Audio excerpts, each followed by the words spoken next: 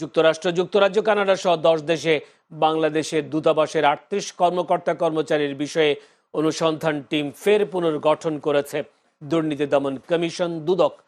আজ দুদক প্রধান কার্যালয়ের নিয়মিত মিডিয়া ব্রিফিং এ উপপরিচালক মোহাম্মদ আক্তারুল ইসলাম এ তথ্য জানান। কর্মকর্তা ও কর্মচারীর বিরুদ্ধে বিভিন্ন অনিয়ম ও দুর্নীতির অভিযোগ রয়েছে। তাদের বিরুদ্ধে আগে থেকেই অনুসন্ধান চলছে। বদলি ও পদায়নজনিত কারণে কমিটির পুনর্গঠন হয়েছে জানিয়ে তিনি বলেন, এই কমিটি অনুসন্ধান কার্যক্রম এগিয়ে নেবে এবং দ্রুত তথ্য সংগ্রহ সহ পরবর্তী পদক্ষেপগুলো গ্রহণ করবে। তিনি আরো বলেন, এইসব কর্মকর্তা ও কর্মচারীর বিরুদ্ধে কর্মরত থাকাকালীন অনিয়ম ও দুর্নীতির অভিযোগ দুদকে এসেছে।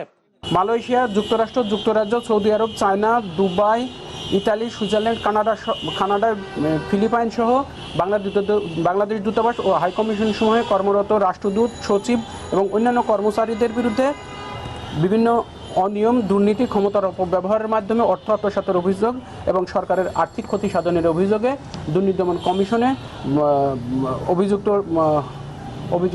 অভিযোগ সংশ্লিষ্ট 38 কর্মকর্তার বিরুদ্ধে এর আগে থেকেই দুর্নীতি দমন কমিশন অনুসন্ধান কার্যক্রম পরিচালনা করছে।